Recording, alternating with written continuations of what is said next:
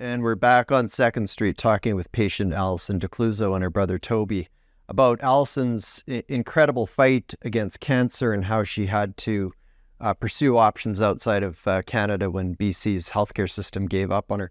Allison, I'm wondering if you could just tell us what is going through your mind as a patient. The BC government's healthcare system has given up on you. You've now got 4 options outside of Canada where they're saying, no, we can help you. We think we can save your life. Tell us about the emotional roller coaster that must have been for you during that short period of time.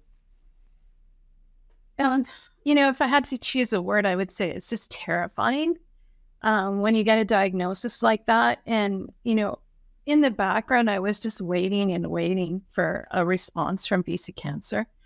I was in a queue to see an oncologist, and I phoned and said, how long will it take? And they said, oh, well, it could be 2 months. It could be 2 weeks. It could be longer. We have no idea. And so that was terrifying. But I knew that my cancer had progressed between the 2 CTs that I had done.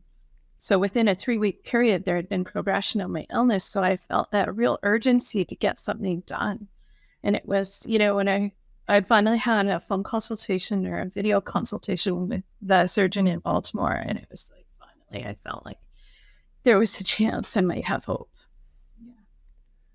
And what was that experience like? You packed up your bags, you flew to Baltimore right away. Tell us about how that whole experience, what it was like. Well, after the telephone consultation, I think it was within 2 weeks, I had a surgery date. So there was a lot to be done. I had to get my will updated, going into the 12-hour mother of all surgeries. You need to make sure that you've provided for your kids and that kind of thing. Meeting with family members, just, finding accommodation in Baltimore, getting the funding for it, talking to my financial advisor, my accounting, what's the best way to fund this. And yeah, so there was a lot to be done. It was probably good. It kept my mind off of going to dark places. Yeah. So Toby, as this was happening, Allison mentioned she had to pull funding together. It's not a cheap operation to go down there for this procedure. You set up a GoFundMe page. What was the reaction among Canadians? Like, were people at all surprised that BC's system just gave up on her and now you're having to do a GoFundMe page to save your sister's life? What was the reaction like when you spoke with Canadians? The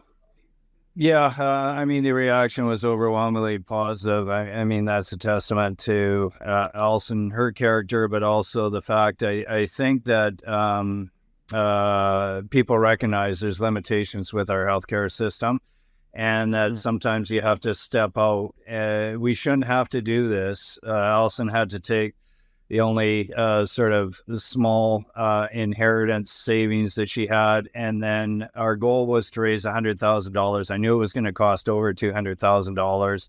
Probably would have been a little bit less in Taiwan, but in the US, that was going to be the cost. And within, a month and a half, I think we had already almost reached that goal. We were very close to $100,000, and then Allison used the rest of her financing to support it. I do want to point out that there's been incredible circling of the wagons going on in terms of offering some type of partial compensation back for Allison through the BC medical care system.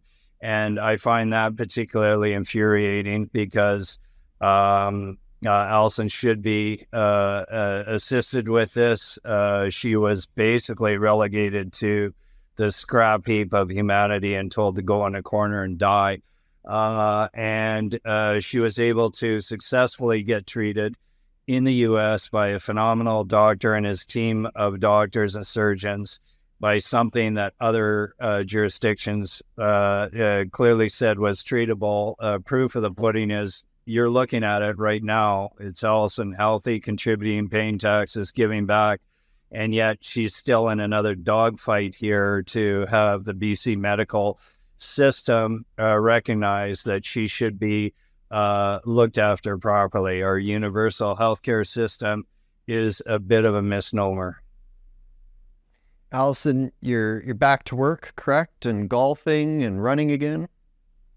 I was back to work a month after my surgery. I was working full time. Yeah. I started running for the first time in 10 years. In golf, I ride my bike, I paddleboard. I'm not just surviving, I am thriving. There's nothing I could do before surgery that I can't do now. Okay, when we come back, I want to talk about the accountability aspect of your story and the government's reaction.